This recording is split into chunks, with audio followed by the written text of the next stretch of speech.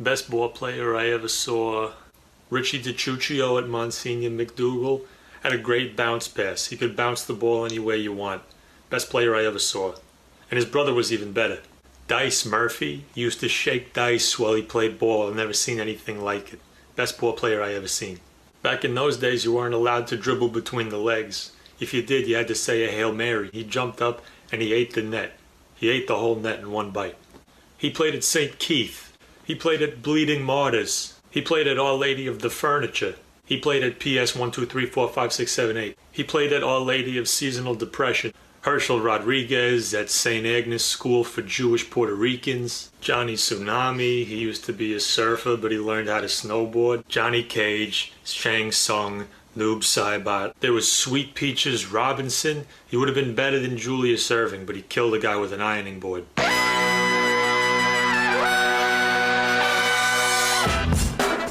Good morning, sweet world, and welcome to the No Dunks podcast on the Athletic Network. It's Thursday, January 12th, 2023. I'm J.E. Skeets here in the Classic Factory, and alongside me, as always, Tess Mellis. Podcast listeners, this is for you. Next to Tess, he is my bearded one, Matasha Hotboy, the cool guy, Trey Kirby. Hey-o. Hey-o. And last but not least, making the magic happen, super producer, J.D. Oh, hello. There you are. I got no help today, so I got too many buttons to press. Shout out to the stream team joining us live right now on YouTube. Comment away, like the video, and subscribe. Oh boy, we're getting awful close to 60,000 YouTube subs. So keep subscribing, keep sharing the show. Send in your questions and comments to nodunks@theathletic.com. Tweet them in at nodunks_inc. That's INC on the end. We're hitting the beach later on this podcast. We got some fun questions we'll get to. Get your No Dunks merch over at nodunks.com. We got hoodies and t-shirts and shorts and mugs and all that good stuff. And coming up later today at around 1 p.m. Eastern, bonus podcast. It's a doubleheader here in the Classic Factory. We're going to be doing some NBA mid-season tiers where we'll be ranking the league's best and worst teams. All 30 of them. Just like we did in the preseason, we're going to do it again.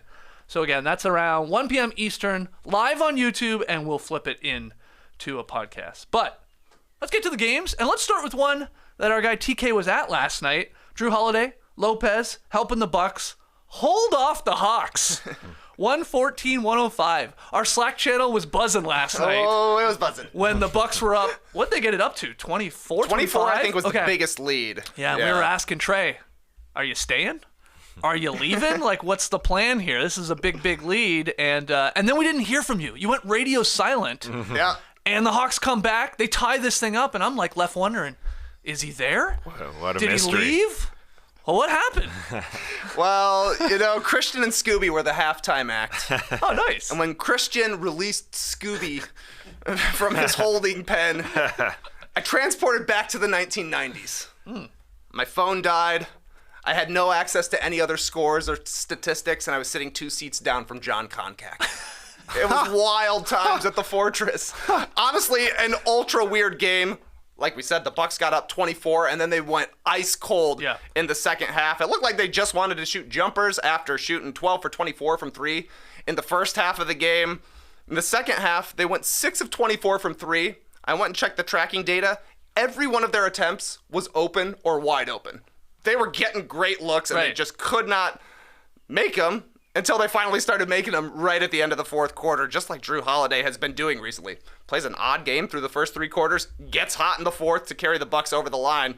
I know Ziggy and the stream team has said nothing is easy with the Bucks, and that turns out to be the case. Yeah. But so many weird things happened in this one. Big G, only 7 points. Yeah, Giannis. Yeah. Didn't score the last 18 minutes. Giannis Antetokounmpo had the first basket of the game. Then he scored 5 points the next 47 minutes. Yeah. I think he's in a little bit of a, everybody else, you do it for now. I think he's in one of those. 10 assists in this game. 10 assists. This is just going through a little spell where he's bumping and crashing and scoring 40 each and every game. I think he's just in one of those modes. He can do it whenever he wants. I think he just knows at the end I'm going to need my perimeter guy, so he's in the pass mode. He had a highlight rebound in this game. Had a highlight rebound. I was tweeting to you and John Schumann, who I know also love those sicko highlight rebounds. That was huge rebound in traffic. That was kicked out then to the corner there. That was big time. Yeah. But you're right, Tess. He can do it anytime he wants to. It didn't look like he wanted to me. The Hawks were doing a good job of making him see bodies. It was like a 5 team on Giannis every time he went into the lane. So he wasn't super interested in scoring. No Clint Capella either. No Clint Capella either. Like, it just... Giannis was in distribution mode last night. Milwaukee only 42 points in the paint, only 11 total free throws. That's just weird for a Bucks team. Also weird, this was the Frank Kaminsky game. Yeah. 13 points, 3 threes, a plus 13. The Hawks bench was awesome at the end of the third quarter, going into the fourth quarter, just turning over the Bucks time and time again. And then there was just a lot of weird stuff happening around the arena. On the kiss cam, we had multiple people going tongue out lick. Oh, that dude. Yeah. I gotta say it. Big tongue. Had one of the biggest tongues I've ever seen. That was a monster tongue. That was wild. The new Gene Simmons. I was like, hey, if you got it, flaunt it. God, it's the new Gene Simmons. You're right. That was wild, man. Nuts. That wasn't even the craziest thing on Kiss Cam. Right, yeah. Go ahead. I saw this tweet come up without the Kiss Cam video about the tongue suckers. No, the tongues were out. Yeah. Big tongue night. And then Harry snatched a wig. Wow, yeah. I mean, that was... You think that was a bit? I was a bit. I'm not convinced it was a bit. That's how good it was. That one sure it was a seemed bit. too real to me, Skeets. I don't think so, Trey, because I was taking note of it. I saw the bit. So Harry, kisses a woman beside him in front row, courtside. This was the first part of the video, right? No, this is right at the end. Oh, it's right at the end. Of It the kiss was cam. the last. It was in the bit section, Yeah, it was the unfortunately. bit section. And then when he pulls away from his giant kiss with his giant beak, her hair comes off, like her she's wig. upset, of course. Yeah, and the guy stands up behind them and is like pointing. Oh. That was the giveaway to me. Way too dramatic. And then it like crashed out, of course, to the actual in arena. And I'm looking. I'm like, where's Harry? Where's Harry? Is he sitting courtside? I couldn't see him. I think they got you with a bit. I got swindled by a bit. I'm usually so. onto the bits. Yeah. That must have been a new one because I feel like Yeah, I hadn't seen you that can one. tell it's an old Hawks bit because they'll have an old jersey on there. Right. I can't get rid of those great bits, unfortunately. We got people on the inside. We can find out definitively Okay, whether or Text not. somebody right now. All right, let's get to the It'd be bottom of this pretty bit. easy. Was that wig thing a bit? And then there were a couple of funny music things as well. You know, they have often on a Jumbotron, if you're sitting in this row, you win tickets to a concert. Like I was sitting in a row at a Bulls game, won tickets to a Lollapalooza show. Didn't go. It was That's pretty 12 good. hours away. I mean, that was was a pretty good good. win. Yeah. Sometimes it's like pizza. Yeah. You know. And sometimes, like last night at the Hawks, it was tickets to a Barry Manilow concert. What? Barry Manilow hits 2023, coming to State Farm soon. Who's excited? Lee Ellis probably. Yeah. He's getting free tickets for sure. And then the last little bit of weirdness. They were doing Name That Tune up on the Jumbotron. Yep. Two guys guessing rap songs. They played Hustlin' by Rick Ross. These guys had no clue what the song was. I was like, man, that's sad that they don't know that. Then I looked it up. Hustlin' came out in 2006. Right. I didn't realize it was that old of a song. But the thing that made it worse, Rick Ross was in attendance last night. Oh, that's gotta hurt. He was sitting courtside. He's like, that's my biggest hit, my debut single. And these youngsters have no idea. He needs to drop it again, I think. Yeah, a little tiny remix or something like Exactly. that. Okay. Hustlin' 2023 with Barry Manilow. I love this. This is my favorite segment on No Dunks. Yeah. Tales from the Fortress. Tales where from the one of us Fortress, goes man. down and we talk a little bit about the game, but all the other stuff. Did you get to shake a paw? Did you say hi to Scooby or Christian? No, I like I said, I didn't know they were going to be there. Yeah. And then I was Christian and Scooby. I was excited. Then my phone died, so I couldn't communicate with anybody. Okay. I guess it was a nationally televised game on Yeah. ESPN, so they bring out the big guns. Yeah. Christian Scooby, one of the best. And John Koncak. Connie. Wow. What a name drop. It was kind of a tale of two halves for me, personally, at home. Happy that I didn't go in the first half because I applied for media credential, got one, had a parking pass. Oh, you were set. I was set, but decided to go out with my wife for dinner instead. Oh, that's nice. I'm leaving her this weekend with 2 children. I thought, this is the trade-off. Do you have to trade off? good. Don't we have a wonderful relationship? Do I need to do something just prior to going away for the weekend? I felt like I did. So I did that instead, but got home, saw the blowout was happening, was pretty pumped. Then, second half, Comeback's it's a little on. sad. The place was absolutely rocking. There are a handful of moments when that arena has been rocking this season. It Yeah, hasn't right. been the same. Few It and just far has. between. But right at the end, you mentioned there, Giannis grabbing that 18th rebound. I think that was his last one there.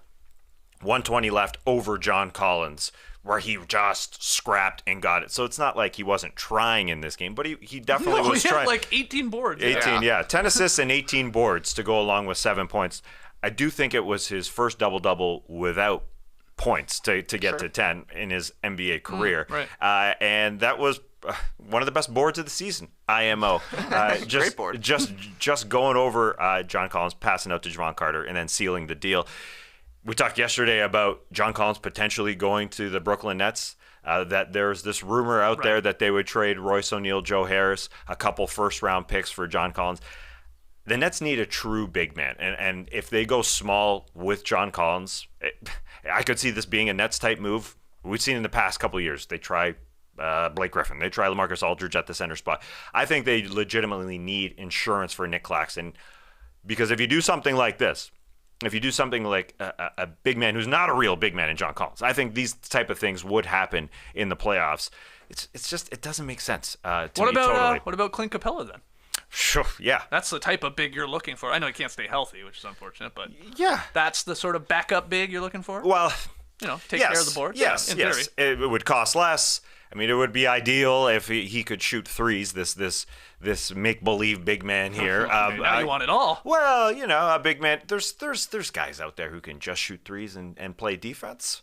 John Collins is an incredible offense player, would raise their level of offensive talent, but that's not what the Nets really need. They need D and they need height. Nets fans were not really all that on board with that hypothetical Hawks-Nets trade. Hawks fans were definitely more like, we would do that for John Collins. Yeah, Royce O'Neal, Cam Thomas, Joe Harris to make the money work there, who would probably play in our rotation, couple picks, but maybe it doesn't happen. I always, in a game like this where the team is down big, like 24, like you said, and then they come back, and a lot of it was the comeback because of Frank the Tank, because of Johnson off the bench, Bogdanovich off the bench, Griffin again. I think that's always got to be a difficult decision for a coach to make. Like, our bench brought us back. Their energy, and paired with the Bucks just missing a lot of open threes. But we're back in this game because of them, because of their hustle. But now I do have to, go back to my starters, I guess, to, try and finish it off. But you also want to reward the guys that got you there, but then they're maybe tired. I always think that would be a tough decision for me, and I think probably for coaches out there. Like, what do we do? Just keep running with these guys? They gave us a chance, or do you have to go with your starters and say, okay, they gave you a chance. Now go do what your damn job is, right? Yeah, and I think you saw Frank the Tank got a little bit of a taste there in the last couple of minutes of the fourth quarter as well, because he was instrumental in the comeback at the end of the third and fourth quarter. But, if you're a bench player playing a long stretch, you got to get a little bit of a rest. But there were times when Nate McMillan was able to bring Frank back in. And so, I don't know, not an impressive game, I didn't think, from Okongwu. So rolling with Frank the Tank for a little bit there. Probably nobody else was as happy as I was to see Frank the Tank balling out there. Were you doing this and stuff like that? No, I was there on press. So I was just... Oh yeah. Yes. Well. Just shot. looking down at John. Honestly, there were so many times I wanted to say to him, he looks like a young John Concat out there. I don't know what it went over. Okay. He would have liked it. I think so too. Yeah. He gave me a shoulder pat on the way out. Oh, that's nice. Well, I think just for letting him by. Oh, yeah. You don't think he knew you? No. I was just being courteous. He's like, thanks for not saying that about Frank the Tank being a young me. It's like, is that? I can't tell if it's a compliment.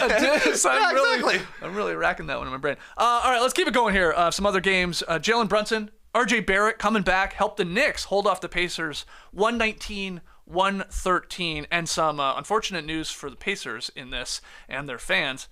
Haliburton left the game in the third quarter when he went down hard and sort of hurt his elbow and his knee, and then he was seen using crutches after the game. And Rick Carlisle's basically like, he's not going to play in the next 2 games probably, and we'll wait to see how severe this is. Hopefully it's nothing serious, because God, this guy's having an unbelievable season.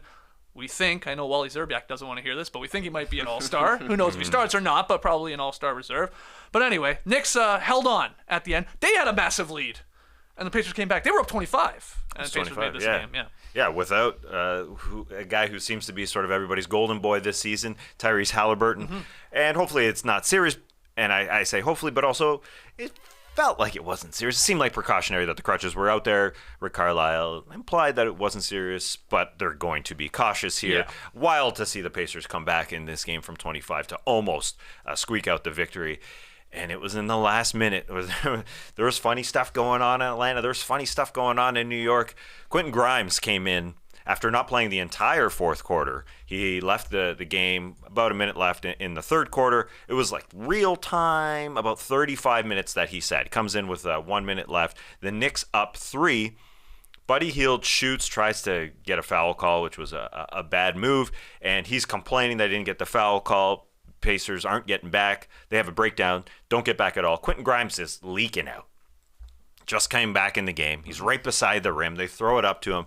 Literally could have put it off the board and in. Yeah. Like a 1-foot shot that any person who's ever picked up a basketball can probably shoot. He passes out with about 45 seconds left. Yeah, he's thinking kill more clock for sure, but I guess, probably take the 2 points. But like we're going to get to Zach LaVine a little bit later on, did he know time and score? I'm not so sure. He definitely wanted to kill time, but it was 2 points. But this is why I love Quentin Grimes. He knows his shots. He stepped out beyond the 3-point line, got the ball back a little later in the possession. Bang. Yeah. He hits it. He's like, why score 2? And I'm going to hit 3 later in this worth way possession less. and kill way more time. Thank you. Listen, I love him, and maybe he made a mental mistake there. I'm not 100% certain whatever happened. It's all about the chemistry with this team, and this guy who maybe not the most talented dude in the world, can't take everybody off a dribble, just knows his role so perfectly. Fred Katz of The Athletic has a great article about Quentin Grimes and how he is the master of beating closeouts, how he goes past closeouts on offense. Oh, that's some real sicko shit. There's right stats there. on it, man. There are stats on Quentin Grimes and how he can feel out a closeout and go right by a guy. He just knows that he just doesn't play one-on-one, and that's why he's good. And that's why, and he plays defense on the other end. And in an instance where he could have a 2-foot open shot, he says, nope, not part of my shot profile. I'm going out to the 3-point line. He shoots threes. He goes by guys. He plays hard defense. And the Pacers probably came back because Quentin Grimes wasn't on the floor. I'll just say that. Anyway, they win the game, and a wild one. That was a weird one, but You got to subscribe to The Athletic at theathletic.com/no-dunks. Because Katz got stats. Yeah, he does. Great piece from Fred Katz and Seth Partnow about how many teams are blowing leads this year. It's written kind of from a Knicks perspective because they've had several times where they've blown big-time double-digit leads. Yep. He released it yesterday, and then they blew a 25-point lead later that night. Yeah.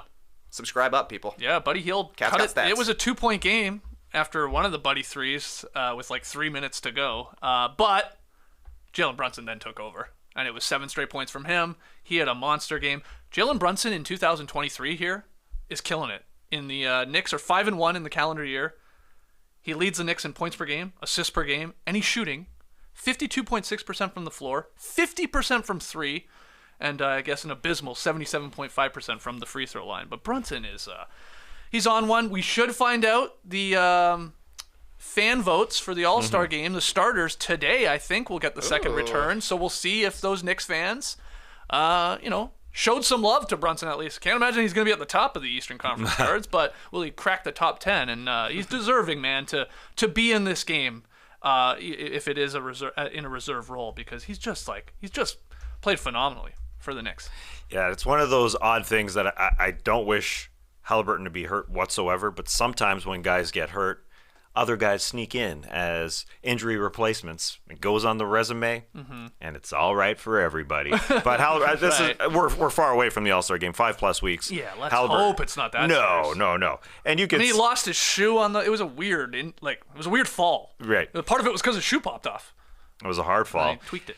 And you could see Buddy Hield got them back into this game, Yep. but there is a difference in the first 45 minutes of a game, first 46 minutes of a game, and the last 2 minutes of a game, and getting good possessions. And you could see that play I mentioned there where he chucked up a shot. If Tyrese Haliburton is running the show there, it's a different possession for the Pacers, and maybe they can come all the way back. Yeah. But a good show from the Pacers. And RJ Barrett, like I said, is back, so that meant quickly went to the bench, and he was coming back from a lacerated finger injury, RJ Barrett was, but he had 27 points. A very RJ-like line of 9 to 23 from the field. I feel like he does a lot of that. But 8 boards and 4 assists, and he played a lot. And Tibbs is leaning into his guys right now quite a bit. Brunson 42 minutes, RJ there 41, and Randall and Mitchell Robinson flirting with 40 minutes too. Quickly, the only one off the bench really getting any real burn with the 26 minutes. But that's sort of what Tibbs does. That's his type of rotation, maybe. Exactly right. All right, some other Eastern Conference wins. I'm going to throw 3 games at you talk about as many as you would like. Kuzma hit a late three-pointer to lift the Wizards past the Bulls, 197. We get into that Zach LaVine shot or incident at the end. We had Sadiq Bey and Bogdanovich leading the shorthanded Pistons past the Timberwolves. Bad loss for Minnesota there. Whoa. Yes. Fell apart there in the second half. And then Jaylen Brown, talking about all-stars here. I mean, is this guy, can we cheat and make him a guard? Is he a guard? Is he a forward? 41 points from him to lead the Celtics past the Pelicans. And Boston's put together a little win streak here after losing 3 in a row. Remember, they had that sort of rough patch there. Really their only rough patch of the season so far, but they're back winning. What do you think? What do you want to start with? Do you want to start with that Wizards-Bulls game there? Sure. Let's not start with the Wolves. Oh, the Wolves. I don't even want to talk about them. Well, yeah, it's bad. Well, there's some notes, but anyway, let's start with Kyle Kuzma hitting the game winner. What a shot. It was a crazy shot because they hadn't scored for nearly 4 minutes. And they went up 97-92, 3:51 left in the game, and they only scored 3 points the rest of the way. And it was Kyle Kuzma's game winner. Yep. Luckily, the Bulls also were not scoring in that game. Yeah, a weird one where the Wizards got up big in the third quarter and let the lead dwindle into the fourth until 10 seconds left. Kuz, 97 all. He sees Vooch coming up. Vooch doesn't come up enough. He's got some space. He said in the post-game interview with Megan McPeak, he said, I saw Vooch and I was thinking I was going to go in the lane, but he gave me the space, got my feet right. I like how he said got my feet right, and lined her up. That was a Game crazy over. shot. That was a crazy shot. I mean, he misses that. Everybody's going, what the hell are you doing? We can get a much better look than that. But he banged it home. But man. nobody The was guy's got getting a good clutch in him. shot. The last few minutes, you're no right. one was getting a good shot. I was disappointed with Avdia, who 20 boards. That's a lot of row speed. Wow. That was amazing that he was doing that. I think he was just tired because on one possession, he had the ball. I've seen him line up some good threes as the number one guy for Israel's national team. He can do it, but I don't know why he didn't. And Monte Morris should have had the ball in his hands. But anyways, really, Kuzma just bailed out this team. There's no doubt about that. Taj Gibson, I thought, was giving it to the Bulls the last few minutes, and then that thing that Zach LaVine did. I'm not sure what happened. Well, let's talk about that. Yeah, the Bulls, after the Kuzma... Okay, well, before the Kuzma 3, Zach LaVine hit a wild 3-2 where there was little time left on the shot clock, and he had to just chuck it up. It goes in. Then Kuzma hits his crazy 3. And so the Bulls have one last chance to tie it up. They call a timeout, so they're advancing the ball. And I think, there's like 5 seconds or so left on the clock, and Zach LaVine attempts a 2-point shot, again with his team trailing by 3, and it did leave a lot of people baffled. And I know ESPN had the Vooch clip up. especially. Yeah, Vooch was like, what are you doing? Hands out. But What's up? In Zach LaVine's defense, he thought the Wizards were fouling because DeLon Wright did foul him, so he's thinking, I'm fouled. I might as well go up, see if we can get the 3-point play here. Goad the referees into that. And instead, nothing was called, and you're just left with Zach LaVine taking a very weird-looking jump shot inside the 3-point line. And so that's what happened. And I guess even DeLon Wright said, I fouled you. Rodney Mott said, you got fouled. I missed that one, yeah. Still take a 3-pointer. Yeah.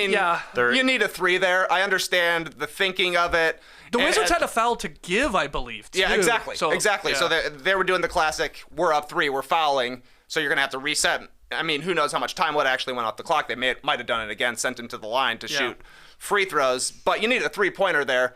And it was in the exact same spot where LaVine had just hit that one where the shot clock was running down. He's shooting like 50% from 3 for the last month. Right. Let it fly. But it'll be cool for the Bulls to get their 4th last 2-minute report coming back saying, hey, we messed it up at the end there. Second one against the Wizards, 2 against the Cavs. This one, though, did not cost them the game like the previous 3. Right. It still would have been in a tough position to win this game. But, they got pounded by 20 points in the in the third quarter. Yeah, and that was the game. That was the game. That was the game. Nobody scoring at the end, and when you're inbounding with 5 seconds left, there's not enough time to go for a 2, foul, and come back. You shoot the 3. But it did end in Avdia's 20th rebound. So that's cool. Yep. That's good. Very cool. Very, very cool. And I tweeted this out this morning because I was like, when this guy plays, it feels like they win a lot, and he missed a good chunk of the year. But DeLon Wright is back for the Wizards. Remember, he started the year. I was talking about him on a podcast here. I was like, this guy's one of the most underrated defensive players in the league, and he really, really helps. They won 3 out of their first 4 games, the Wizards did, and then he got injured, and he was gone for a long time. He's been back for, I don't know what it is, ballpark 10 games. And the Wizards have won more than they've lost. He helps, man, off the bench, and he was hitting the floor last night. I think it's contagious with those Wizards guys too, especially when Beal and Porzingis weren't playing. There was one incident. What am I trying to say? Instance. Thank you. Late in the game, where like everybody was hitting the floor, even the Bulls guys. I mean, it was like 5 bodies on the floor. But DeLon Wright, the Wizards are 9-4 when he's out there. Man.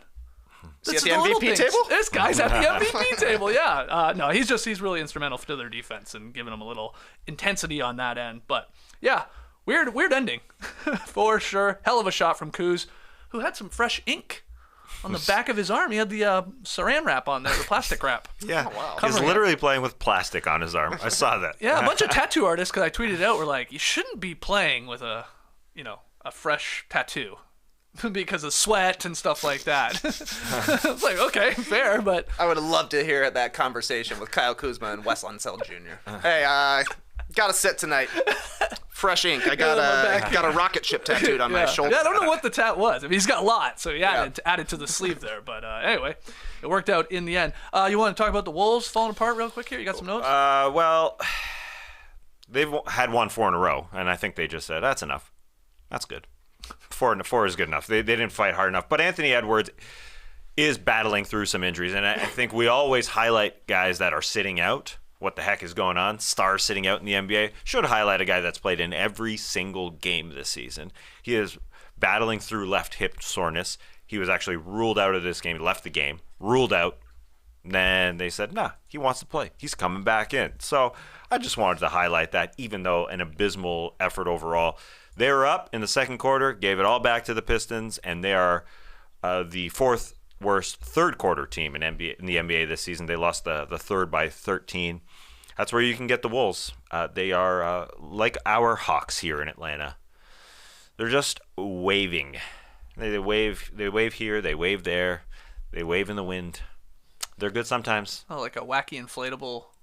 Yeah, they just go with the wind. Sometimes we feel like it, sometimes we don't. Sometimes we feel like it, sometimes we don't. They could have beat this Pistons team, but they didn't. They were up big again. Anyway, they had won 4 in a row, so it's hard to really harp on them. But that third quarter thing, they lost to the Pistons a few games, or the time they played the Pistons earlier in the week by 14 in the third quarter. Then they did it again. Mm-hmm. So it's tough to watch. The Wolves have had some bad losses, like to bad teams this year, and probably a big part of it is like they've lost to Detroit focus. Twice, haven't they? Yeah, I think they maybe lost to the Spurs too, and maybe a Hornet. I don't know. There's a couple other bad teams in there.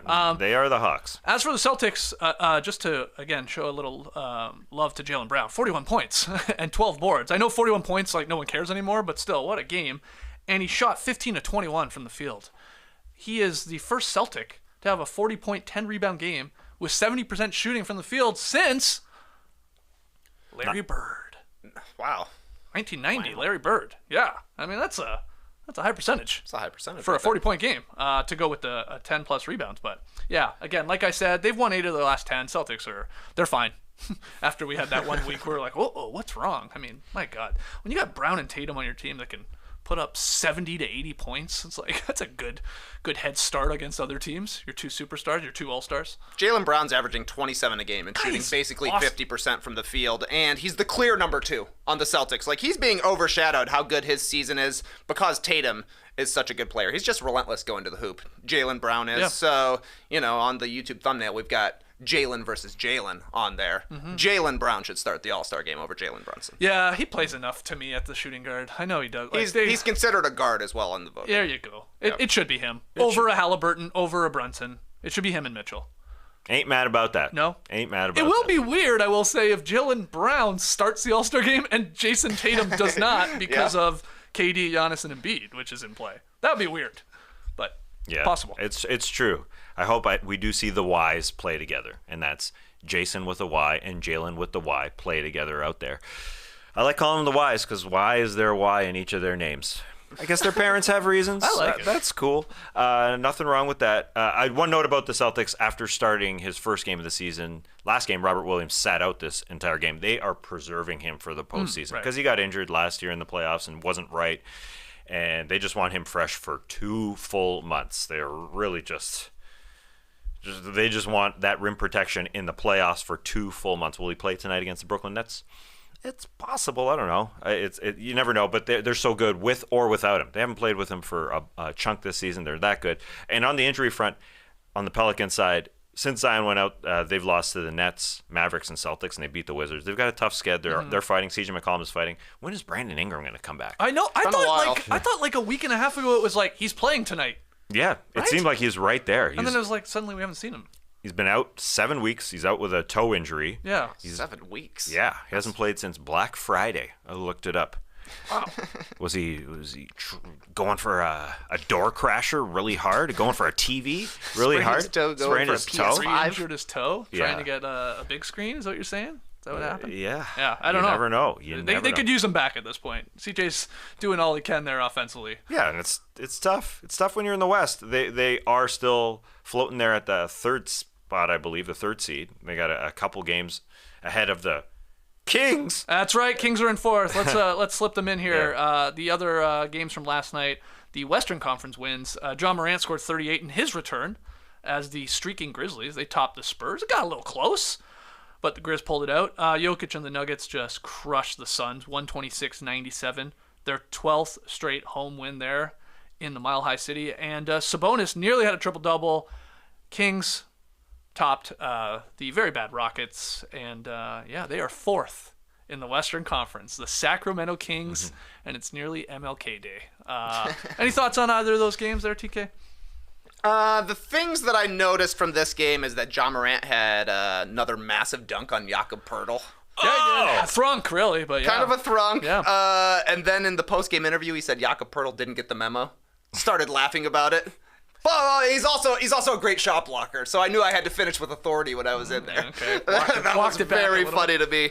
Jakob Poeltl turned into a little bit of an Aaron Baines, just a guy that gets dunked on a lot. You got to challenge shots. I think he had 5 blocks last night. Awesome. So, he was there at the rim. Yeah. The ones that get through, though, they're excited. So that was pretty cool. And then I also saw in the Rockets-Kings game that Alperen Şengün became the youngest center to ever have a triple-double. He had a 10-10-10, didn't he? A pure 10-10-10. Yeah. Youngest center to have a triple-double. That's how you cherry pick, baby. That's a good one. That was a great cherry pick stat. Any thoughts on these games? Yeah, I'm trying to think of other centers that could have done it. I guess Wilt wasn't doing it at his age. How old is Şengün exactly? He is a youngster. He is might young. still be 20. 20. Yeah, Yeah. 20. That's young. Probably beat somebody by a few days. Beat a center by a few days out there. The John Morant dunk, yeah, Jakob gets caught. It's awesome to watch in slow motion because he has Jakob Poeltl under the rim and he just knows he can jump way faster than Poeltl. They're both on the floor and he just decides, I am going to skyrocket. And Poeltl has no chance when he got him under there. So, yeah, Poeltl's getting dunked on.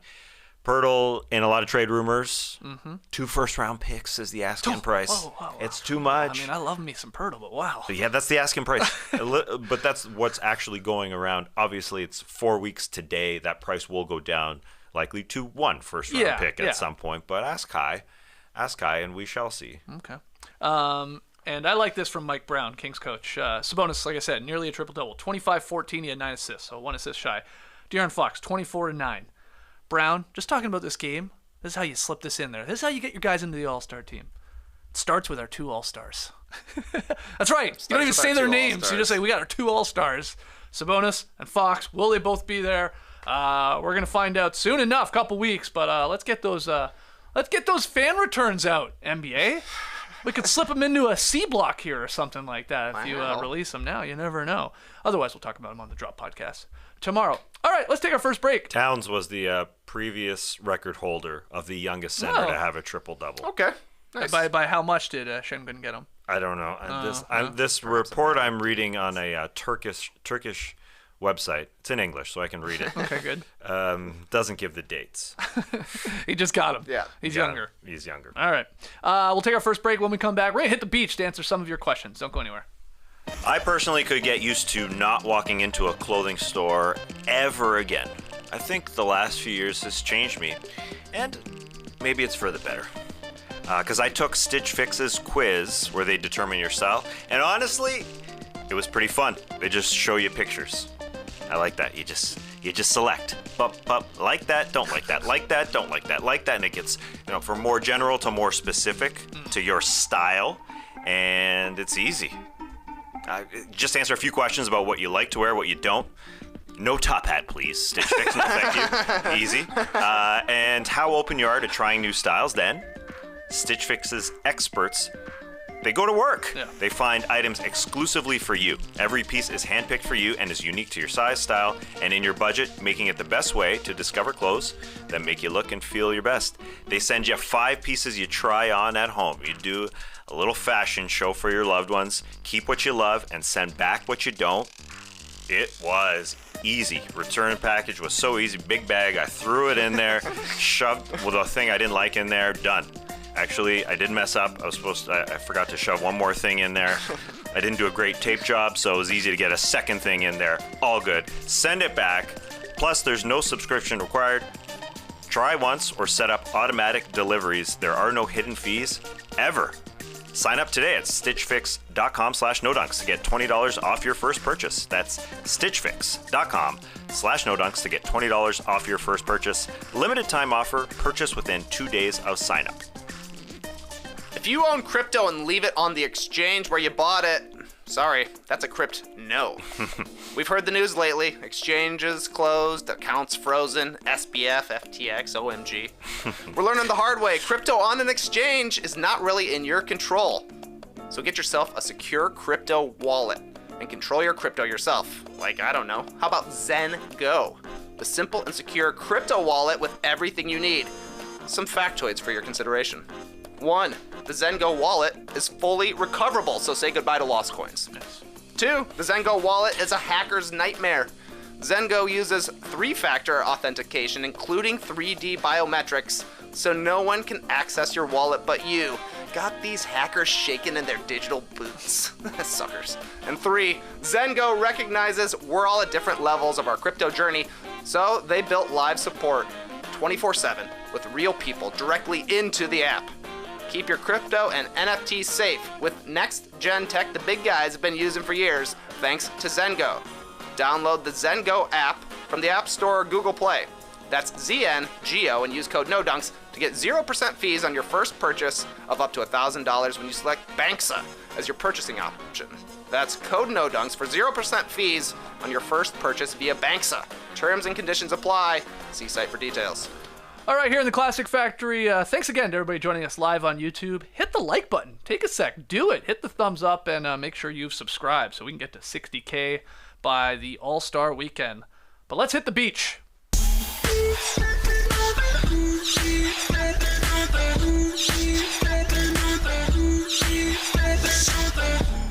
Keep sending in your questions, guys. You can drop them in the YouTube comments. You can tweet them in, email them in. You can mail them in. As we've proven, mail, still real. Our first one, though, was by way of Twitter. A lot of these coming from our Twitter peeps. From Slam Fam. What's the deal with Trae Young? Beef with coaches and teammates, plus the trade demand speculation. I don't think he's a player to carry a team on his own for a couple of reasons, but he can collaboratively work with others in a winning system. Is he a star? Is he problematic? Slam Fam wants to know about Trae Young. Didn't play in last night's game. I think we forgot to mention that. Right. I guess he had a sick, non-COVID illness. Maybe he had the flu or something. Wasn't feeling good. But anyway, Trae Young, not everyone's favorite player, I would say, right now. Right? I feel like Trae Young's stock is very, very low of the public opinion. There's bad press out there. The fighting with the coach didn't come to that game that night. But Slam Fam asks, can he collaboratively work with others in a winning system? I think the answer is yes. He is a star. I know we want to point to one thing. We love doing it. I love doing it. Cause, effect. What's the thing that's taken them down a notch since they made the conference finals? I don't think you can point to one thing. Maybe they rose a little too high. Maybe they won a playoff series in year number 3 for him against the Knicks where he's bowing in front of everybody, and then the Sixers self-destructed and they make the conference finals, and maybe it happened a little too quickly, and maybe he just doesn't pull guys together enough. Maybe there wasn't a vet in that room to bring them along from year 3 to year 4 for Trae Young, because it's him and John Collins essentially that have been there since the beginning, and Clint Capella, who's not necessarily the leader, and it's a bunch of young guys that have butted heads a lot, and they didn't have a coach to bring them along. I know I'm pointing to all these things. The fact is, he's a great player, and he just hasn't made himself a superstar quite yet. Superstar brings it from year to year, brings it on the defensive end, and that hasn't happened quite yet. It's worry time in Atlanta, that's for sure. They traded a bunch of picks for DeJounte Murray. It's not working out. He's only signed until the end of next year. They've rejigged the front office a ton because maybe he likes Landry Fields better. Maybe because they have to go in another direction real damn quick. But it shouldn't be all be on Trae Young. I know we like sitting here on Twitter like Slam Fam and speculating, but it's on the entire team as well. DeJounte Murray has flown under the radar completely this season. The guy is a star himself, and it hasn't been working out. But I know we want to point to one guy and say this guy's done it. He should be doing it every year. He should be bringing. Listen, but he's having a bad year. He's having a bad year. I mean, he's having arguably the worst season of his career here. I know he still gets his points, still gets his assists, but efficiently wise, it's bad. He's shooting 41%, 42% from the floor, 31% from three. Yeah, Trae Young. I mean, that's his thing. It's obviously not defense. And the last thing I will say is, as we see those numbers come down here in year 5 for him, Donovan Mitchell lasted 5 years in Utah before things just went bad. And Mitchell was traded, and Rudy Gobert was traded. They may have peaked in 21 in their current form. Not to say that Trey's going to be dealt, but I think there has to be a change in the locker room. The locker room is the thing that's not right, I guess is what I'm getting down to. It's not Trae Young's ability. I think there's something going on with that locker room, like there was with the Donovan Mitchell, Rudy Gobert. They're just not a cohesive unit, not working hard enough, and that's why it's fun to say Trae Young just isn't good enough, isn't a leader. But I think it's just a whole thing that we can't even. But you're sort of saying that, and that's fine. I mean, aren't you not? You keep pointing out like this locker room, the butting of the heads. I mean, he is the superstar in the team, and I mean that's part of the job description of being a superstar. I think we'd agree, right? Yeah, but sometimes things just go sour in a locker room. Just can't be reborn. So can't be saved. Yeah. Okay. TBD. What do you think about Trae Young and the season he's had, and obviously the Hawks have had? I think that the lack of buy-in for the little things probably hurts him from a leadership perspective. He doesn't really play off ball when that is something that people thought was going to happen with DeJounte Murray coming over and taking a bigger chunk of possessions. He's still not really given much of an effort on defense. He wants to score, and he wants to get assists by passing if he's completely covered. And I don't know. It's probably just wearing on people, considering they went to the conference finals last year, didn't live up to expectations. This year, expectations probably even higher, and they're coming even shorter than they were the previous season. So I don't know. It just it feels like there are a lot of fingers pointed in other directions and a lot of finger pointing going around with the Hawks. So I agree with you, Tass, that there are problems in the locker room. You hope that your best player squashes that kind of stuff and is like, who cares who the coach is? I'm the star here. Right. Let's play hard. Let's play every single game. Let's move the ball. Let's buy in and everybody play team basketball. Yeah. Maybe he's not the type of guy to bring the rest along, like Donovan Mitchell in Utah. Maybe he had to go to a great locker room, a great situation, and he can be propped up. But it ain't happening right now. Let's get to our next one. From Eric Kuhn. We had plenty of 50-point games and many 20-rebound games. That's a lot of roasted beef. Yes, it is. But we've only had one 20-assist game thanks to James Harden. Who would you pick to have the next 20-assist game? Haliburton, Luka, CP3, Joker, LaMelo? Who you got? From Eric Kuhn. Yeah, this was a great question because I was like, wow, we've only had one 20-assist game, but I mean, much more difficult than a 20-rebound game. I mean, we'd all agree with that. A part of the assist is you need the guys you're passing the ball to hit a whole lot of shots. And I think when you get a 20-assist game, you need some cheap ones too, right? I mean, the variety of here, pass it to you, and you splash a three because you got a great shooter beside you, or the defense you're playing against sucks and they're just leaving guys wide open. Only 4 guys in the league average over 8 assists per game. Haliburton, 10.2. Trae Young, he still gets a ton of assists, 9.8. Jokic at 9.7. And then Luka there at 8.7. So you could pick one of those 4 guys. I think those would be smart picks, just in terms of their averages. Like Haliburton makes sense. Like, could he have a 20-assist game here? Yeah, it could happen. But I'm going to go with Darius Garland. His career high for assists in a game is 19. He did it last season. His season high is 12. Obviously, it's a little different there with Mitchell. That came in an overtime win against the Celtics in early November. But I think I like a Garland here because, again, I want like 5 or 6 that I'm just like passing it in our first initial action in the offense, and a shooter in the corner knocks it down. I need a bunch of those. Need some lob ones and stuff like that. Need some transition ones. So put me down for a random Darius Garland for a 20 assist game. 19. That's my reach here. Yeah, 19. Yeah. Didn't remember that. Yeah, it's a lot of assists. Hopefully he has it in his hands enough. I guess that would be the only thing. Yeah. Because Mitchell has it in his hands so much. All right, Trey, what do you got? 20 assist game. I think it's going to be James Harden. I think he'll be the next one to do it. There have been 7 games this season with more than 15 assists, so 16 or more. James Harden has 3 of them. He just doesn't qualify for the leaderboards right now. He's averaging 11 assists per game, 21 points per game.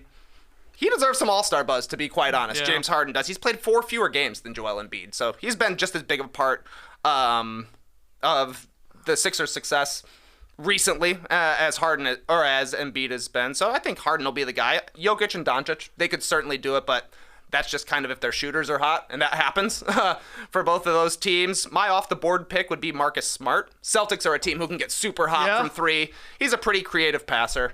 But looking back at this, we've been talking lately a little bit about unbreakable records. Scott Skiles, 30 assists. That one is pretty high on the list.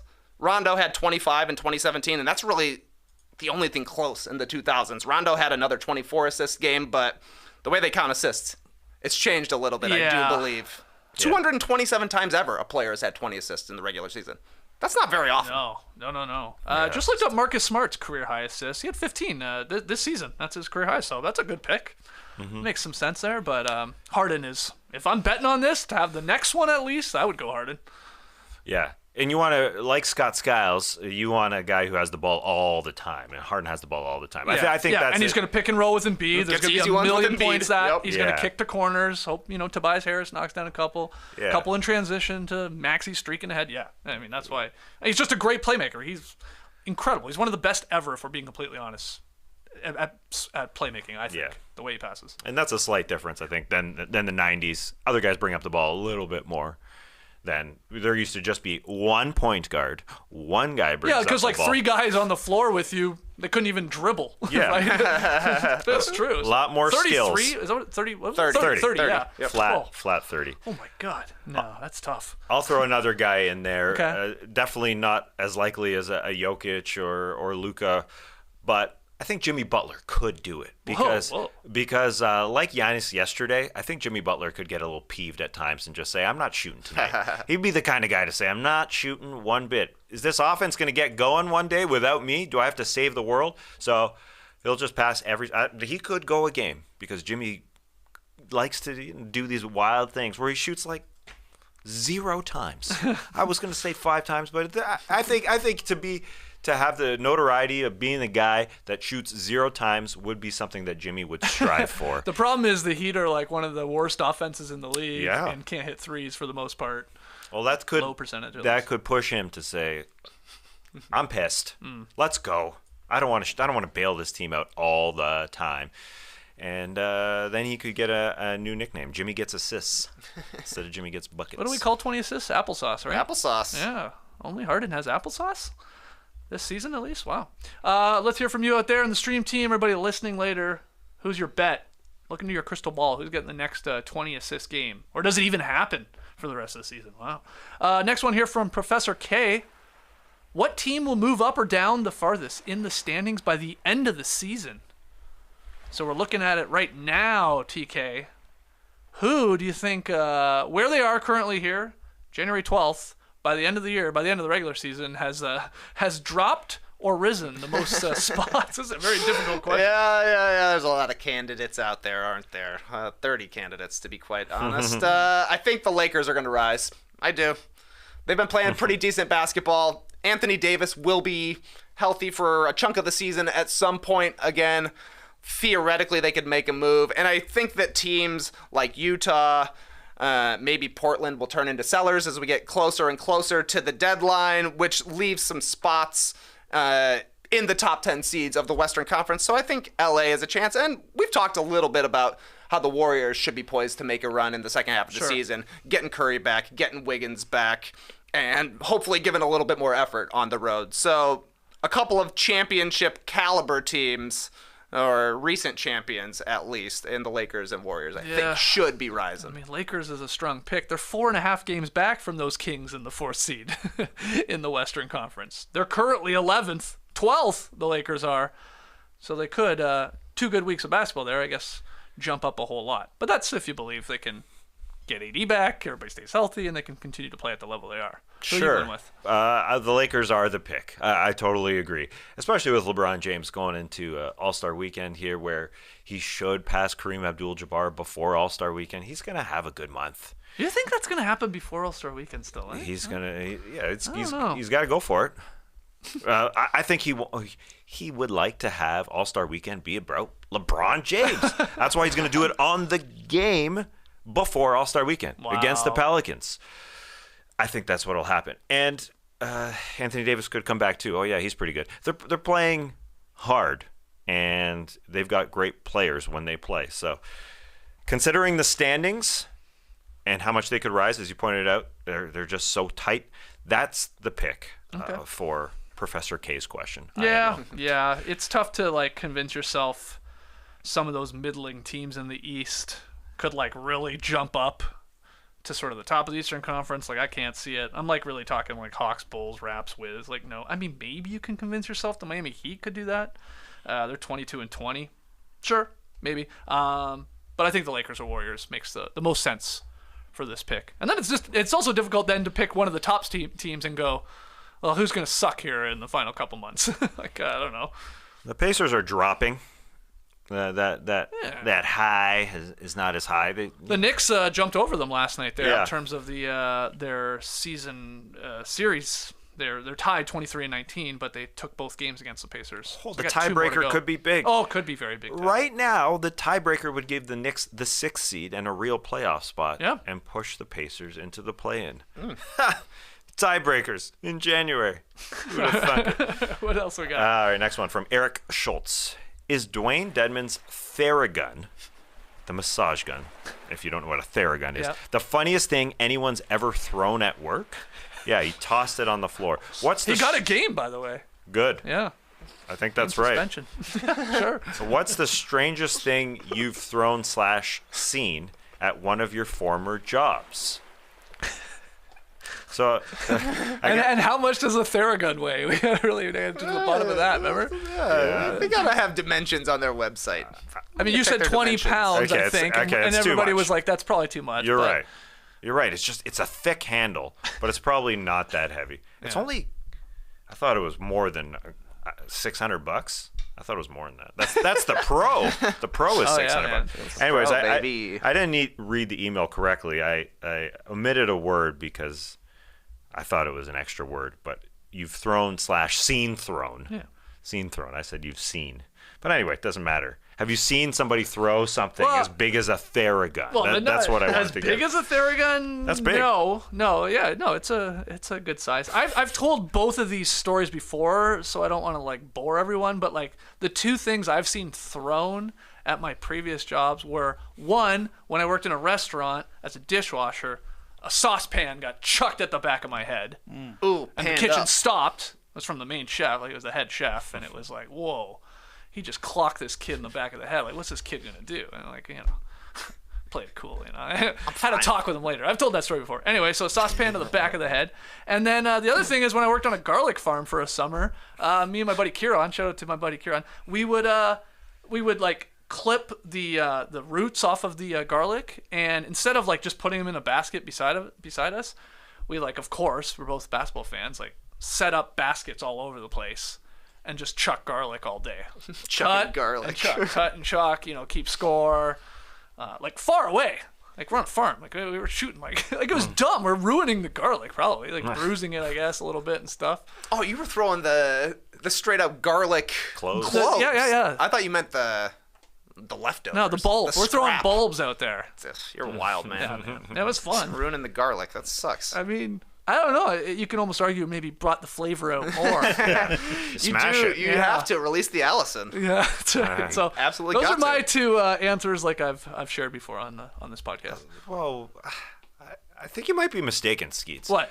We're nearing our 17-year anniversary. Yeah. All stories have been told, but yes. but that saucepan story, Oh, JD, yeah. I don't think that. Guaranteed. No. I don't think so. Guaranteed that The I've saucepan told. throw- I bet you I've told that story twice before on our podcast. Yes.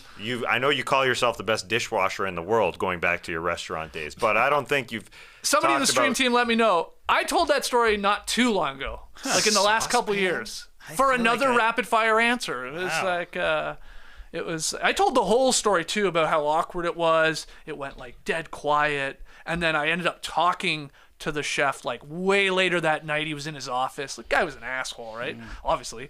And he called me in. He's like, "Hey man, you gonna say anything about getting hit with the pan?" Like he like apologized, sort of, like hours. He didn't apologize in the kitchen at the time. But yeah, no, I've Tempers shared are that story too before. flared. You can't apologize then. No, Not in man. the kitchen. You No. gotta get back to it. My answer is similar. I had one of those big, like a meat tenderizer with the big, like like a Thor hammer. Yeah, basically. yeah, that's, yeah. But I was a busboy in high school at a family-run place. Yeah. And the mom who owned the restaurant, tenderizing, she was in an argument with her son, who was the manager of the place, chucked it right at him. He missed it, and I had a big thing of like a bus pin full of dishes and stuff, whizzed right in front of my face and hit the cooler behind, like the walk-in cooler, dented the cooler, like the door of the cooler. And I quit the next day. But it was just like no apology for me either. Oh, jeez. And I had nothing to do with it, but it was just like almost took my head off with one of those Yeah, things. man. Kitchens, man. They're Crazy. wild. The bear, man. It's true. Yeah, Carmi never apologized. That's right. He's taught her. It's nuts, man. Yeah. What do you got then? I just recently got into a huge fight at a Waffle House. Threw a chair at one of the cooks. She handled it no problem. I was impressed. That was you in that. Yeah, that was me. Wow. Yeah. When I don't get my hash browns, when I ask for them covered and they come back smothered, I'm ready to rage. Yeah. Yeah, those people that work at Waffle House, man, they're incredible. Oh yeah. Oh my You gotta God. be ready. That's gotta be a part of your training, right? Like jiu-jitsu and Yeah. Maybe Gracie your jujitsu two down the people road. that threw stuff at you were testing you to see if you could handle a Waffle House Right. kitchen. Right. They're like, nope, softies. Do you have an answer, previous job that you saw something crazy thrown, or maybe you threw even? Retail back in Canada, sport check days, selling shoes. We had try-on socks for people who didn't have socks that wanted to try on shoes. So we had drawers of them, and when you're selling a shoe, you have a customer that didn't have a pair of socks. You yell over, "Hey, Tess, throw me a pair of socks." Oh, wow. The Did they ever get washed, those socks? no. Oh, wow. The answer is no. They're like some good soul took them home once, I do believe. No pun intended. Yeah, nice pun. Very nice unintended pun. Once every couple years, someone would just say, "All right, I'll do it." But anyway, Wash them. wash them. Yeah. So anyway, somebody would ask, "Hey, Tess, throw me socks." What we would always do, everybody would pull out two pairs of socks. They'd throw one up way into the air, so you'd have to look up 12 feet to look at it, and then you pop them with the other one. That's fun. Right in the face, right in the chest. That's fun. That's how you fun. get your aggression out, as opposed to throwing a saucepan Yeah. or a Yeah, tenderizer. that's a lot more play. I'd rather be hit with that. Yeah. Yes. Used, even if they were used socks. I don't like that part of it, but Yeah, they're all used. unless for they're like sure. the socks were to come undone in the air and like land on your head, like on your face, that wouldn't be good. No. Then I would rather get terrible, hit with man. a saucepan to the back of the head. But Was there otherwise- sauce in the pan?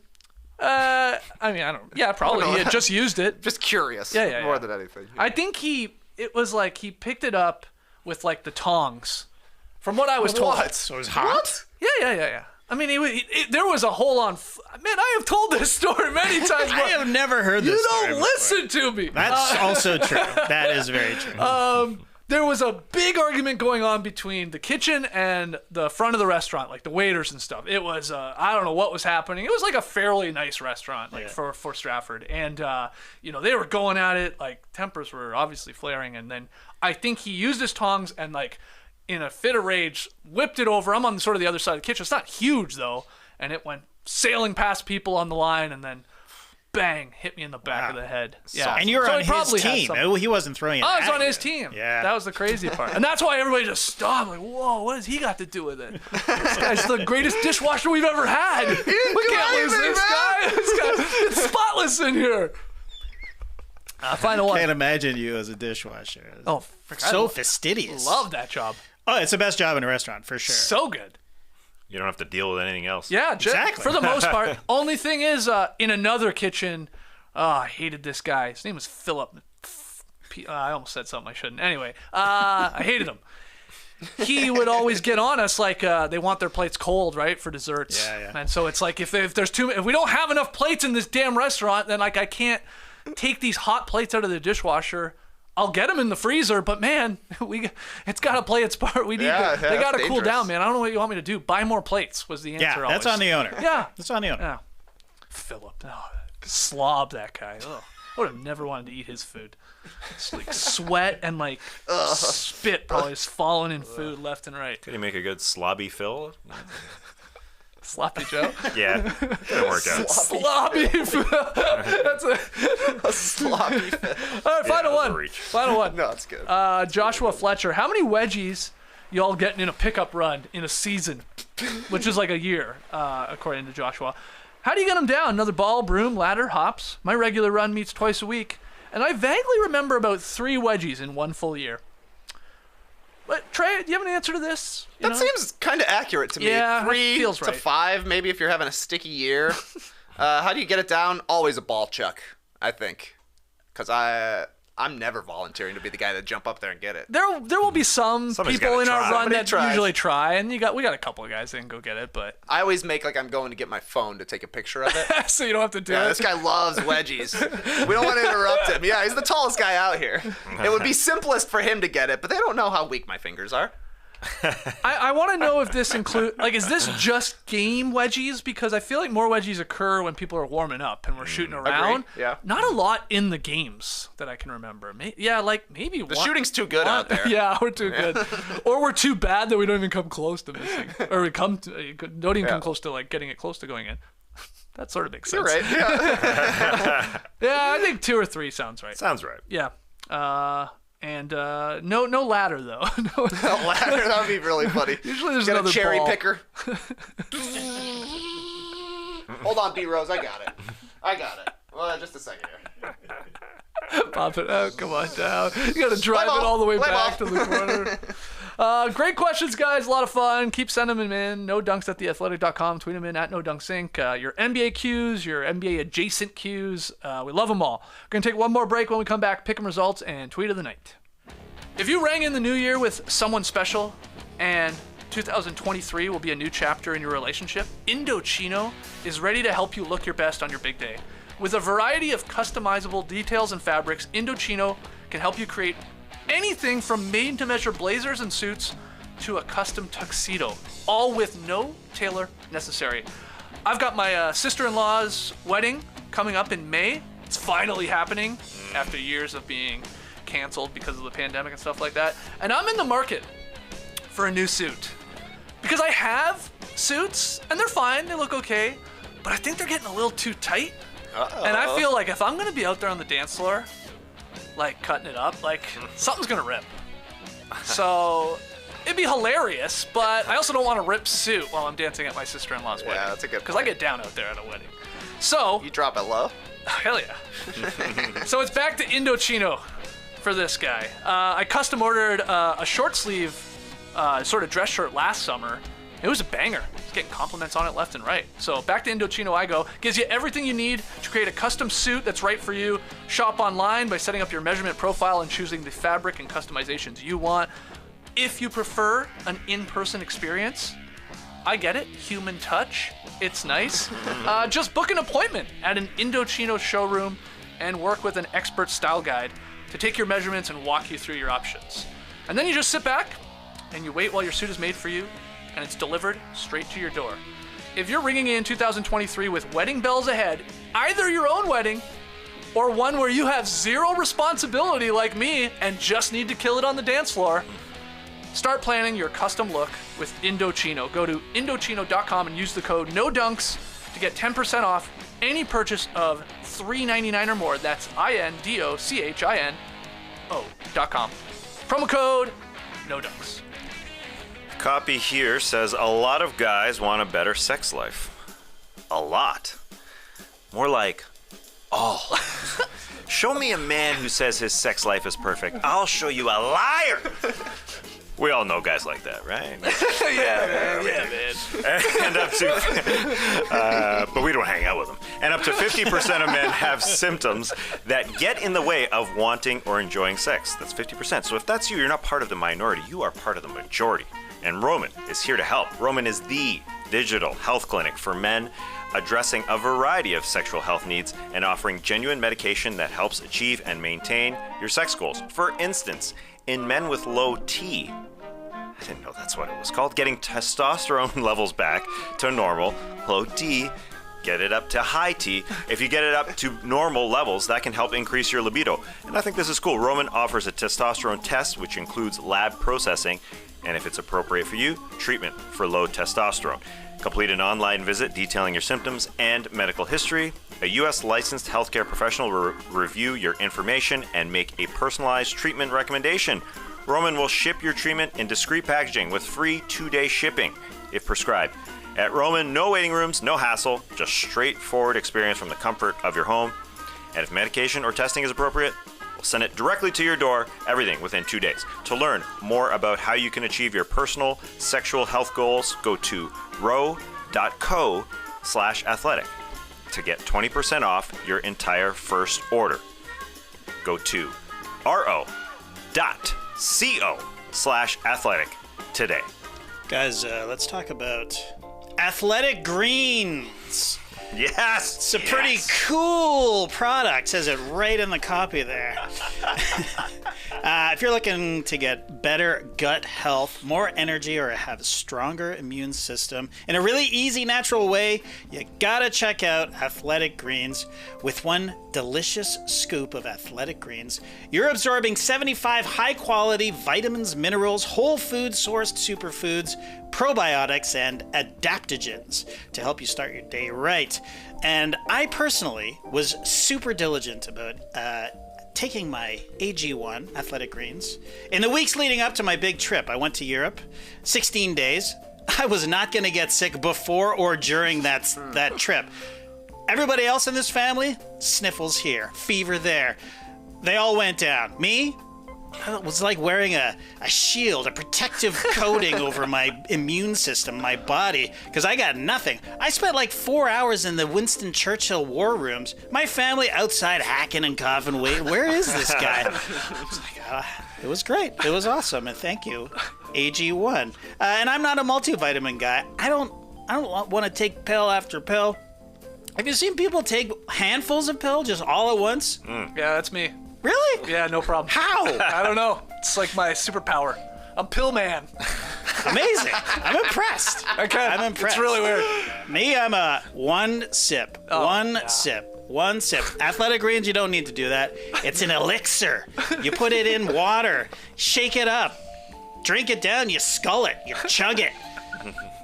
And it makes you feel great. Did I mention that it supports better sleep quality and recovery and mental clarity and alertness? Right now, it's time to reclaim your health and arm your immune system with convenient daily nutrition, especially heading into the cold and flu season. We're well into the cold and flu season at G Greens. It's one scoop in a cup of water every day. That's it. No need for a million different pills and supplements to look out for your health. To make it easy, Athletic Greens is going to give you a free 1-year supply of immune-supporting vitamin D and 5 free travel packs with your first purchase. All you have to do is visit athleticgreens.com/nodunks. Again, that's athleticgreens.com/nodunks to take ownership over your health and pick up the ultimate daily nutritional insurance. All right, back with you boys here. The stream team is saying that I may have told that story before. 12% chance I told that kitchen story before. And somebody else said I did. I think I did, guys. We got to go check the tapes. Also, chucking garlic, a great term we were talking about during the break. Do we think it should be applied to basketball? That guy's chucking garlic. A baseball pitcher? He's chucking garlic. A football quarterback? He's really chucking garlic out there today. And is it positive or negative? Like, garlic is stinky. Like, I reeked when I worked on that garlic farm. I mean, I had to burn my clothes at the end of the summer. So it's like, it sort of works both ways. Like, he's really chucking garlic today, but that guy was chucking garlic. Right? I don't know. Yeah. It all works. Yeah, it sounds like something a pitcher would be throwing, like cheese or something stanky, the good stuff. Yeah, okay. Oh, the good stuff. I think it's good too. Yeah. I think it's any extremely fast throw in any sport. Like you throw a 106-mile-an-hour fastball, you're chucking garlic. Okay. You throw a 15-yard out right on the numbers. Oh, that's no, chucking I think it's off speed. More off funky. speed. Yeah, more funky. Funky, More yeah. Funky. Okay, Even Throwing junk as a pitcher. Yeah, or Jumping quarterback Screwball. like a little Mahomes, like a underhand homie. toss. Oh, he's chucking Yeah. garlic. Stuff like that. Yeah. Okay. Or maybe Unorthodox. maybe he throws a 30-foot ball way up in the air, like a moonshot. Sure, okay. Something different. Hey, we got something here with chucking garlic. That's good. Hold on, the NFL Pro Bowl, you shared their skills competition? Yeah, let's Dodgeball. They're playing chucking garlic. chucking garlic. Yeah. New event, chucking garlic. It's not quite the NHL skills challenge, but it looks all right. They've done this before, though. Like they've had a couple of these events. They've played dodgeball before. I know that. Dodgeball. What else do they got? Precision passing. Okay. Longest drive of a golf ball. They're golfing. Best catch. Similar to the dunk contest. Yeah. Oh, what? That's Yeah, cool. I I've mean, never guys heard are that. making like Behind one-handed your back. catches all the time now in game, and then whatever a gridiron gauntlet race is. Just fast guys. Sounds like running fast. Gladiators. American Gladiators. Yeah. Sick. Nitro? Best catch. That's a cool one. Wow. All I wonder right. who's gonna be chucking garlic to those receivers out there. Yeah. It'd be fun. All right. Pick 'em results last night. It was the Bucks-Hawks game. Milwaukee. They were favored by 1.5 points. They covered in the end, even though they gave that big lead all up, and then they took care of business, covered easily, actually.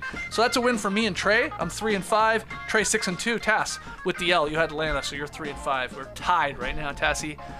Where are we going tonight? Well, tonight's game is basically brought to you by Magic Johnson. The only reason I picked this game was because Magic Johnson tweeted yesterday. As of today, Wednesday, January 11th, the Brooklyn Nets are the biggest threat to the Boston Celtics going to the NBA Finals. Weird timing with this tweet, Magic. Yeah, but he's 63. So you're saying maybe he should have tweeted it when the Nets were hot? Well, maybe, it makes more sense. He's 63. Like Kevin Durant just got injured. Things I mean- happen a little slower Yeah. when you're 63. So I'm fine with it. And he's not on social media all the time, I'm guessing. So it's good. Good for him. He's healthy. Oh, and these two teams play tonight. That's right. First game on TNT. Maybe it's time. Perfectly, Skeets.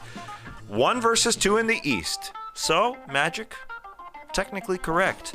Boston Celtics going into Brooklyn, who are getting 2.5 points at home, so they can lose by 2 and still cover. Skeets, you think that will happen or they'll win outright? Well, we think, Trey and I, Boston will take care of business, 3 or more. I got to trust Magic Johnson on this one. Wow. If he's right, then they should at least cover with a couple points to play at home. Right. On TNT. No KD, but Kyrie? Revenge game?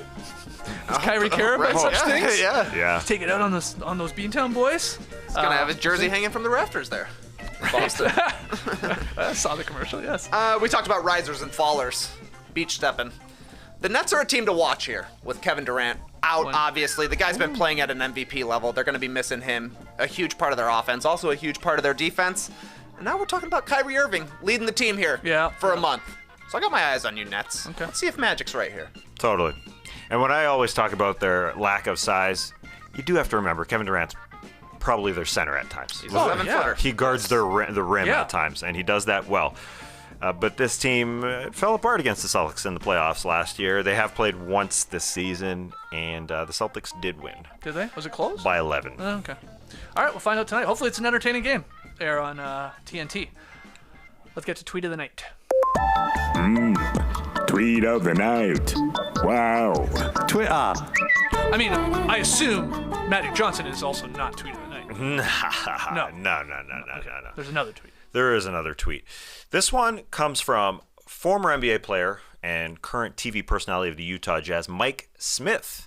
Mike Smith tweeted out this pretty specific historical NBA stat. I want you guys to guess in studio what it is. Okay. And if you're on the live stream as well, good move, because you can guess as well. So the tweet is, there are only 6 players in the history of the NBA who began their careers averaging 21 points per game or more, and did it for 10 straight years. Wow. So 21 is pretty key here in this stat. Can't be below 21. Yeah. So there's 6 of them. I'll give you 5, and you have to name the other person. Okay. It's MJ, Kareem, Oscar Robertson, Shaq, Allen Iverson, and one more. Wow, Can you name the missing one? 10 straight years. So lot. That's a lot. Many points. So LeBron did not achieve 21, did he? In his early days. Yeah, I will try and track. It was very close. In his rookie year, he got super close, super duper close. There's a lot of great players who got close in either the first year or the 10th year, as they 21 felt. is I was Rookie gonna say Dominique Wilkins, but probably not. It's not Wilkins. Yeah. And again, I'll try and type these in fast to tell you where Dominique didn't do it. No, he was short in his first year, 17 and a half. Okay. So, but he would have got it the rest of the way for those other 9 years. So it's that first year really is the Melo? No, not Carmelo. No, not enough in the rookie season. Great guess. No, likely. he did it in the rookie season. His second year, big drop off from 21.0 to 20.8. So yeah, just missing. There's a lot of guys who just missed 21 points. Maybe if they're playing in this era where we've got 45 20-point scorers currently, something like that, maybe they would do it. But yeah, I asked this question because it's not an easy answer. It took me a while to figure it out. It did? Is it very difficult? It's tough. The guy obviously Still playing? Scored a ton. No. Oh, okay, that helps a little bit. Out of the league. Out of the league. Has he been covered in any iteration of the podcast? No. Oh, so an oldie. But I had to think about it. But Is it a Celtics legend? No. Who were you gonna say? I don't know. I thought maybe a Pierce Bird. wouldn't have scored. Bird was a good Bird was guess. who I was gonna guess. But Bird was close. I think right at the end of his 10 years, he didn't do it. Karl Malone did not score enough early on. His first and 10th year, I do believe he missed. Okay. Yeah, Bird just missed at the end. It's not easy. This is not an easy question. Jerry Stackhouse. Wow. No, but nice. Get creative. Is it Exactly. Is it on a Stackhouse level? Like that's what I want. Like No. or a better player. Better player. Hall of Fame player. Hall of Fame player. Reggie Miller? No. He probably was near. Reggie did not. Mitch Richmond. Mitch Richmond! Hey, Is good the answer. call, man. There we go. Put him in the Hall of Fame. Put him in the Hall. Hey, we got there. Good stuff. Yeah, Reggie. a lot of guys. Reggie not close enough. So Mitch Several Richmond of was those years. scoring. He won Rookie of the Year, didn't he? Did he? Yeah, he did. He definitely did. Okay. The guy that everyone points to as the baseline player in the Hall of Fame Right. quite often. Yeah, he came out scoring. Came out 22 points per game in his rookie year. Damn. And didn't stop. I mean, injuries slowed him down in his early 30s. He also came out pretty late. You could say he was steady as a Rock. I like that joke. That was his nickname. That's right. According to Basketball Reference, though, his other nickname was Hammer. What? Is he the Hammer You or gotta is pick he one or the the Rock? other, man. No, I've never heard the Hammer for him. Same. At The Rock, absolutely. All right, good tweet of the night. I love a trivia tweet of the night. That's it for today's podcast. But we got another one coming up in mere hours later today. NBA mid-season tiers. We are once again going to rank all 30 teams, the league's best to the worst teams. We got 5 different categories. We had a blast doing this podcast in the preseason, so we're going to do it again here at the mid-season point. On tomorrow's podcast, it's The Drop, baby. Special guest, Mike Prada of The Athletic. He's got a brand new book out about the three-point revolution called Spaced Out. So we'll talk to him a little bit about his book, and then I think we could do some mid-season award talk too. Get his opinion on who's sort of leading some of these, talk about disappointing teams that are playing above their heads a little bit. We'll get into that with Mike Prada. You're going to take over Worst of the Week duties from our guy Tassie. you're headed home to the Great White North. Hey, don't go too far. You'll end up in Polar Bear Provincial Park. Thank you for the map, TNT. So you know where you're going. I'm flying straight to the Hudson Bay. I'm gonna hang out there with They some. drop you off in the Hudson Bay. A lot of people don't know that when you go to Canada. It's a seaplane. They just drop you off in the middle of it. I'm gonna be high-fiving polar bears in Polar Bear Park. Can't wait. So yeah, no Taz on the drop, but Trey has worst of the week nominees, and we'll have a lot of fun on the Drop podcast tomorrow. Until then, Clipper Bros. You heard it here first. Have a great time. Turn up. Love you guys. Awesome. Thanks for joining us, and remember, Chevrolet, why don't you give Mitch Richmond a truck? Like a rock. I'm trying to find out if they ever gave him a truck here on the internet. Come on, internet, what are you good for? Let me know. You're trying to find out if Chevrolet ever gave Mitch Richmond a It only truck. makes sense. It's gonna be I've got to go to the dark web, but I'm gonna find like it. a rock. Yes. Well, those are old commercials, aren't they? Yeah. Bring it back. Hey, speaking of jingles, Yeah. Ziggy and the stream team said that Barry Manilow wrote the jingle for Like a Good Neighbor, State Farm is there. Factually accurate. Wow. And then Weezer covered the entire song. So maybe that's why Barry Manilow's coming to State Farm Arena. Wow. Cool, see you Yeah, there. probably made some money off that. Oh, yeah. Manilow, yeah, you did. I got nothing for you. I don't know Barry jokes. All right, that's fine. Embrace the day, people.